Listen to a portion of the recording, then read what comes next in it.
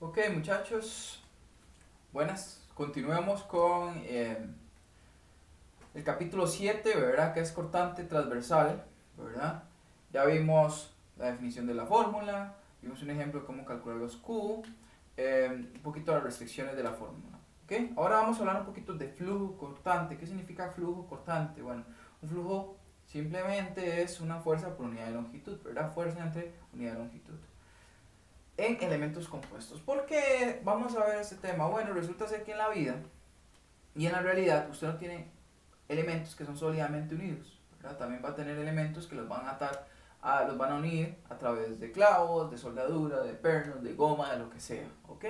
Por ejemplo, imaginemos una viga que es compuesta. ¿Cómo cuál? Simplemente algo sencillo. Un par de elementos, ¿verdad? Un horizontal, otro elemento vertical. Y resulta ser que estas vigas no son conformadas en algún método de fabricación, ¿verdad? No son manufacturadas con ese perfil. Entonces, en específico, este caso. Ahora, ¿qué sucede? Bueno, resulta ser que ustedes, como futuros ingenieros o futuras personas que vayan a hacer algún tipo de diseño, quieren unir este de acá con este. ¿Cómo lo pueden unir? A través de clavos, tornillos, soldadura, goma, cualquier método de unión. Grapas, lo que sea. ¿Ok? Y ocupan poner algo cada cierta distancia, ¿verdad? Con el fin de que esto se mantenga unido, ¿verdad? Y no vaya a fallar. Tenemos, no sé, una carga cortante por acá interna que viene en este sentido. V. Entonces, ¿qué nos interesa? Que los elementos de unión no vayan a fallar. Bueno, no va a fallar ni el material ni los elementos de unión. Que ya lo del material ya lo vimos con el esfuerzo cortante transversal, ¿verdad? Con la forma. Ahora, ¿cómo averiguamos que los clavos y la soldadura no vayan a fallar? ¿Ok? Con el flujo cortante. Entonces, ¿qué vamos a tener? Bueno, resulta ser que nosotros igual haciendo el mismo análisis, que es un análisis similar al que hicimos al inicio, no lo voy a volver a hacer. ¿Ok? Vamos a tener que en este punto de acá, en este cordoncillo de acá, vamos a tener un diferencial de fuerza cortante. ¿Ok? Okay, ese diferencial de fuerza cortante que vamos a tener acá, bueno, recordemos, tenemos nuestro centroide, por ende la fibra neutra de él viene en este sentido, perpendicular a la fuerza, ¿ok? Y vamos a medir en este punto, ¿ok? Separamos los dos elementos y encontramos un diferencial de fuerza ahí, ¿ok? Que viene en sentido opuesto a la dirección de cortante, ¿ok? Entonces, el diferencial de fuerza, perdón, viene en sentido del cortante, que se va a poner son las uniones. El diferencial de fuerza está dado como la fórmula dm, la inercia, entre por Q, o la integral de Y de A, integral de A. ¿Ok? Esto de acá, recordemos que esto era Q. ¿Ok? Simplemente. Pero, eso es un diferencial de fuerza, es decir, ¿cuánta fuerza tengo yo a lo largo de esta unión? Pero si yo quiero averiguar flujo simplemente está escrito con la letra minúscula Q y es un diferencial de fuerza entre un diferencial de X. Fuerza por unidad de longitud. Cuando hacemos eso, recordemos que una vez que yo pase de X, ¿verdad?, a dividir un dm, ¿eso qué era? V. Entonces, obtenemos que el flujo cortante es igual a VQ entre I. ¿Qué pasó con el T? El T no existe. Acá. ¿Ok? No hay T. Simplemente lo que tenemos es un flujo. Ahora sí, ¿cómo averiguamos ese flujo? Sencillo, muchachos. El flujo, por lo general, lo voy a averiguar en los puntos de unión. Entonces, si a mí me preguntan cuánto es el flujo necesario que existe en esta unión, ¿qué hacemos? Bueno, buscamos la unión. ¿Dónde está el punto de unión? Acá está la sección de unión, luego de contacto. Y averiguamos el flujo.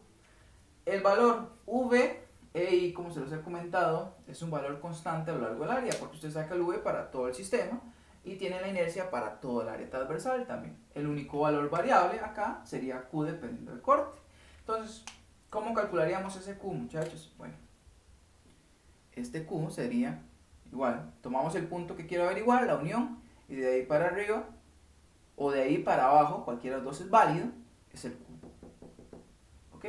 Listo, este ejercicio está muy sencillo. ¿Por qué? Porque el Q, ¿cuántos puntos de unión tenemos? Solo uno, entonces el flujo que vamos a encontrar es solamente asociado a esa unión. ¿Qué sucede? Por ejemplo, voy a hacer un ejercicio similar. en vez de tener una tabla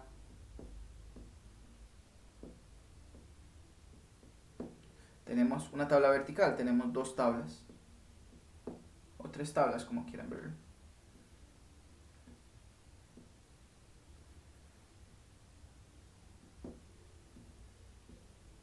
Okay. Tres tablas, tenemos un V que viene en este sentido, por ende la fibra neutra va a venir en este sentido, perpendicular al V, ¿verdad? La inercia, recuerden que es perpendicular al V también. Ahora, me van a pedir el flujo cortante, yo ocupo poner clavos, soldadura o lo que sea acá. Entonces, ocupo separarlos cada una distancia S, ¿verdad? Porque ellos van a estar separados una distancia S.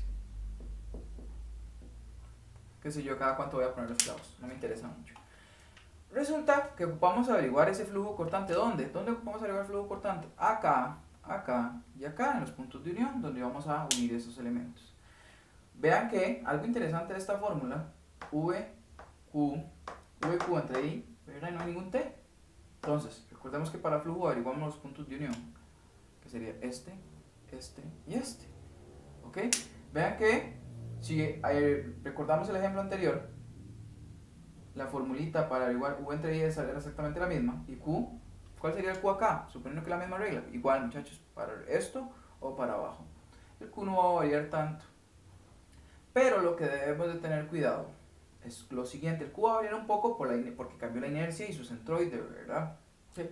Pero simplemente por eso. Pero no es una variación muy grande.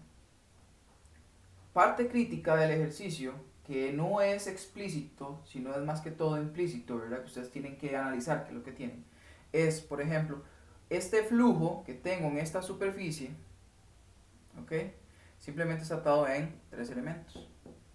Entonces, vean que este Q yo lo voy a calcular para un solo conjunto. Pero él no identifica si tengo 3 uniones, 4 uniones, 5 uniones, 6 uniones. No lo identifica, él identifica un flujo constante, continuo, completo, perdón. Entonces, por ejemplo, para este caso yo podría averiguar todo el flujo de esta sección de acá. Pero si yo quiero averiguar el flujo en cada una de las piernas, el Q1, el Q2, el Q3 en cada una de las piernas, entonces el Q1 es igual al Q total, que es el que averiguo por esta fórmula, dividido entre 3. ¿Por qué entre 3? Porque hay 3 puntos de unión. Si hubiesen 4 puntos de unión, 4. Si hubiesen 2 puntos de unión, 2. Si hubiesen 1000 puntos de unión, 1000. Ese sería el flujo en cada una de las piernas. ¿Ok? Estamos claros con eso. Eso sería con respecto a flujo cortante en elementos compuestos. Vamos a hacer un ejercicio para reforzar un poquito eso. Ahora vamos a hablar de flujo cortante en elementos de pared delgada.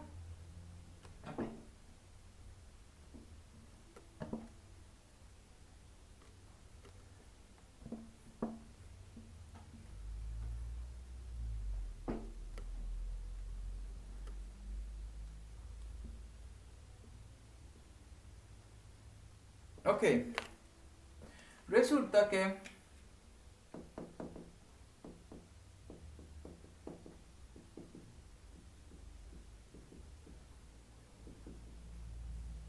de pared delgada, cerrados. Ok, entonces, ya vimos flujo cortante, pero podemos aplicárselo a elementos de pared delgada. ¿Ok? Para saber cuánto es el flujo cortante que tenemos en esas secciones. Es importante. Entonces, elementos de pared delgada obviamente se los van a decir a ustedes explícitamente. Son elementos de pared delgada, calculen el flujo. Okay. ¿Qué cuestiones tenemos que tomar en consideración? Bueno, primero que todo podemos utilizar la misma fórmula para calcular Q. El flujo es igual a VQ entre I. Esto es un valor constante en todo el área y el Q es variable según el punto donde yo quiera averiguar. ¿Ok? Esto de acá. ¿Qué pasa? En elementos de pared delgada vamos a tener muchas formas y no hay problema. ¿Ok? Vamos a ver, por ejemplo, elementos rectangulares de pared delgada.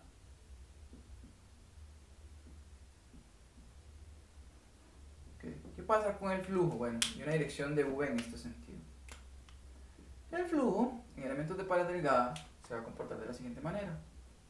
Va a ir paralelo a las paredes y en sentido de el cortante, es decir, este viene hacia acá, paralelo hacia acá, ¿verdad? Y para que vaya en sentido de cortante, porque si viene hacia adentro, ¿verdad? Es ilógico. Viene en ese sentido, flujo, flujo, flujo, hasta llegar a este punto. Igual para acá. Flujo, flujo, flujo, flujo. ¿Ok? Vean, es paralelo a las paredes y en sentido del flujo, del cortante, de la fuerza cortante. Igual, si ustedes tienen un elemento triangular, por ejemplo, de pared delgada, ojo, tenemos una fuerza cortante que viene en este sentido. Pues el flujo iría paralelo a las paredes, sentido de la fuerza cortante. ¿Ok? Lo mismo si es circular, cualquier tipo de elemento se puede calcular el flujo. Tenemos un V que viene en este sentido. Pues este es aquí. Acá, acá y acá. ¿Ok? Ese sería el flujo que vamos a tener en cada uno de los elementos. Cosas importantes, muchachos, sobre el flujo en elementos de pared delgada. El comportamiento que tienen en las superficies que son perpendiculares a las fuerzas son lineales, es decir, él va a hacer esto. Su magnitud va a aumentar conforme, va a aumentar linealmente. ¿Okay? Igual estos de acá.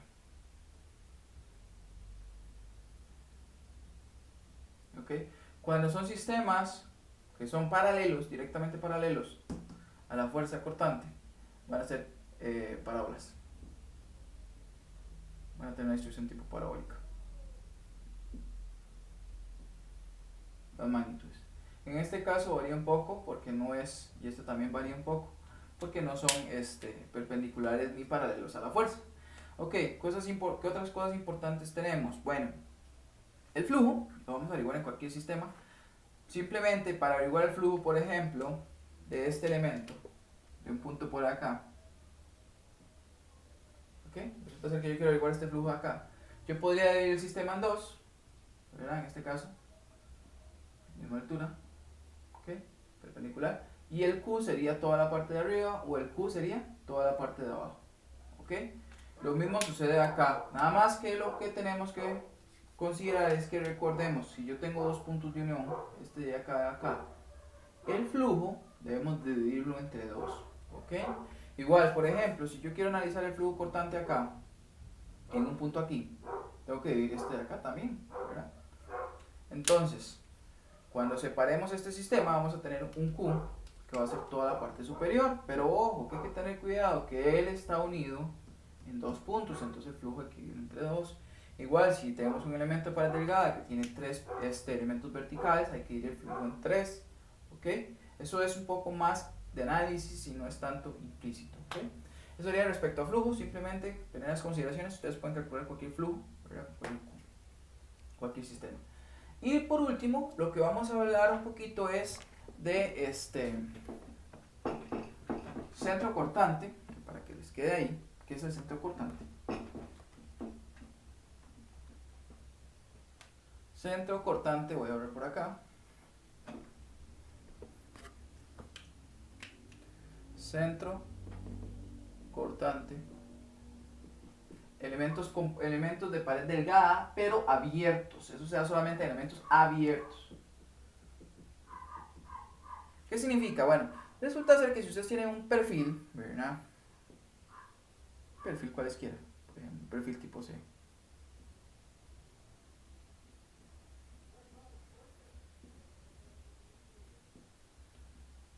¿Ok? Y le aplican una carga en su centroide. Resulta, y él está aquí atado, no sé, a alguna pared. Si ustedes aplican una carga en el centroide, ustedes dirían, eso no va a girar, ¿verdad? Simplemente va a deflectarse, pero es falso. ¿Qué va a pasar? Cuando ustedes aplican esa carga acá, el sistema lo que va a tender a hacer es a rotar.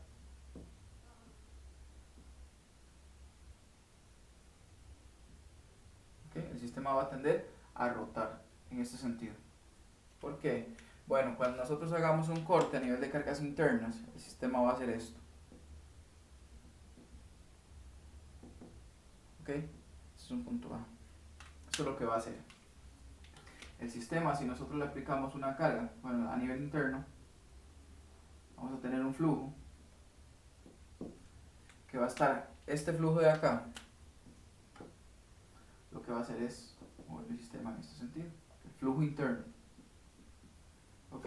Si esto es un punto A y esto es un centroide, estas fuerzas de acá se le conocen como fuerzas de las alas y esta de acá se le conoce como fuerza del alma.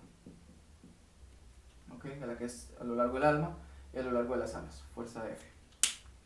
¿Qué sucede? Si yo hago sumamientos en este punto, encontramos que estas fuerzas me producen un momento, ¿verdad? Debido a una carga que yo tengo por acá. Un momento en este sentido. Entonces me va a tender a rotar el elemento.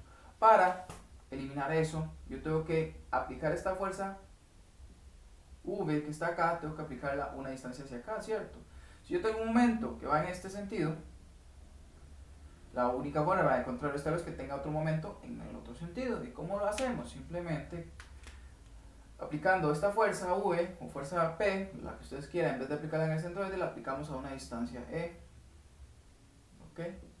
Que eso nos va a garantizar a nosotros el equilibrio. ¿Cuánto es este momento que me producen las fuerzas de las alas? Fuerza por una distancia D, que sería la distancia de la altura, ¿verdad? Entonces, yo sé que tengo que tener una fuerza igual y opuesta, V por la distancia E me genera un momento que va a equiparar el momento que me producen las fuerzas o los flujos internos de las fuerzas debidas a flujos internos en las alas, que son fuerzas de las alas, por una distancia, que esto sería el par, ¿verdad? Que me generaría este sistema en este sentido y este en este otro sentido. Entonces, el centro cortante se conoce como E y es igual a la fuerza en el área, que hay una fórmula del libro para calcularla, por su distancia D entre la carga P o la carga cortante. Y eso sería el centro cortante, muchachos. Y eso sería todo respecto al centro cortante. Entonces, es decir, cuando ustedes tienen elementos de pared delgada abiertas, ustedes no colocan la carga en el puro centroide del sistema. ¿Por qué? Porque es asimétrico. Algo importante es cuando es asimétrico, ¿verdad? Con respecto al eje paralelo a la fuerza. ¿Qué hubiese sucedido si yo tengo la carga más bien de esta manera? El elemento orientado de esta manera. ¿Ok? El centroide es este. Simplemente aplico la carga P y él no va a rotar. ¿Ok? Porque los flujos, en este caso, el flujo de este sistema iría en este sentido. Hacia acá, hacia acá, hacia acá, hacia acá. ¿Ok? Entonces no hay momentos, se van a cancelar los momentos. En este caso sí hay momentos, porque él no cierra el ciclo. ¿Ok? Esto sería con respecto a centro cortante, muchachos. Les agradezco montones y los veo en unos ejercicios más adelante. Buen día.